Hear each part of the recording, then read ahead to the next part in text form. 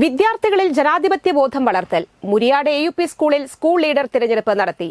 വളർന്നുവരുന്ന പുതുതലമുറയ്ക്ക് രാജ്യത്തെ തിരഞ്ഞെടുപ്പ് സംവിധാനവും പ്രക്രിയകളും എളുപ്പത്തിൽ മനസ്സിലാക്കും വിധമായിരുന്നു സ്കൂൾ ലീഡർ തിരഞ്ഞെടുപ്പ്. വിദ്യാലയത്തിലെ 4 വിദ്യാർത്ഥികൾ സ്കൂൾ ലീഡർ സ്ഥാനത്തേക്ക് മത്സരിച്ചു.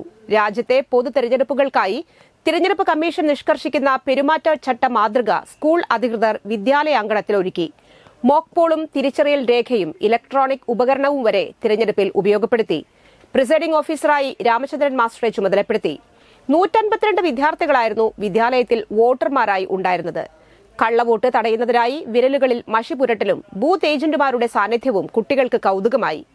ഈ വോട്ടിംഗ് ആപ്ലിക്കേഷൻ മുഖേന ലാപ്ടോപ്പ് ആണ് ഇലക്ട്രോണിക് മെഷീനായി ഒരുക്കിയത്. 11 മുതൽ 12 മണിവരെ വോട്ടിംഗും ഉച്ചയ്ക്ക് ശേഷം പ്രത്യേകം ചേർന്ന സ്കൂൾ അസംബ്ലിയിൽ വെച്ച് മുരിയാട് ഗ്രാമപഞ്ചായത്ത് 6ാം വാർഡ് മെമ്പർ ശ്രീജിത്ത് പട്ടത്ത് ഫലപ്രഖ്യാപനം നടത്തി. 7ാം ക്ലാസ് വിദ്യാർത്ഥി ധനേഷ് കൃഷ്ണ 8 വോട്ടിന്റെ ഭൂരിപക്ഷത്തിൽ വിജയിച്ചു.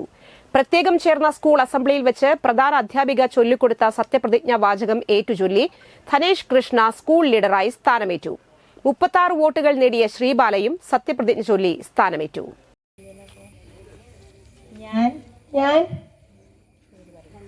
ധനേഷ് കൃഷ്ണ AUPS മുരിയാട്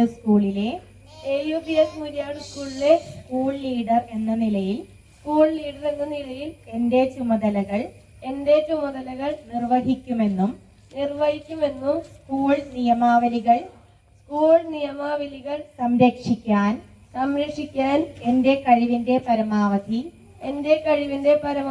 പ്രവർത്തിക്കുമെന്നും ദൈവനാമത്തിൽ പ്രതിജ്ഞ ചെയ്യുന്നു.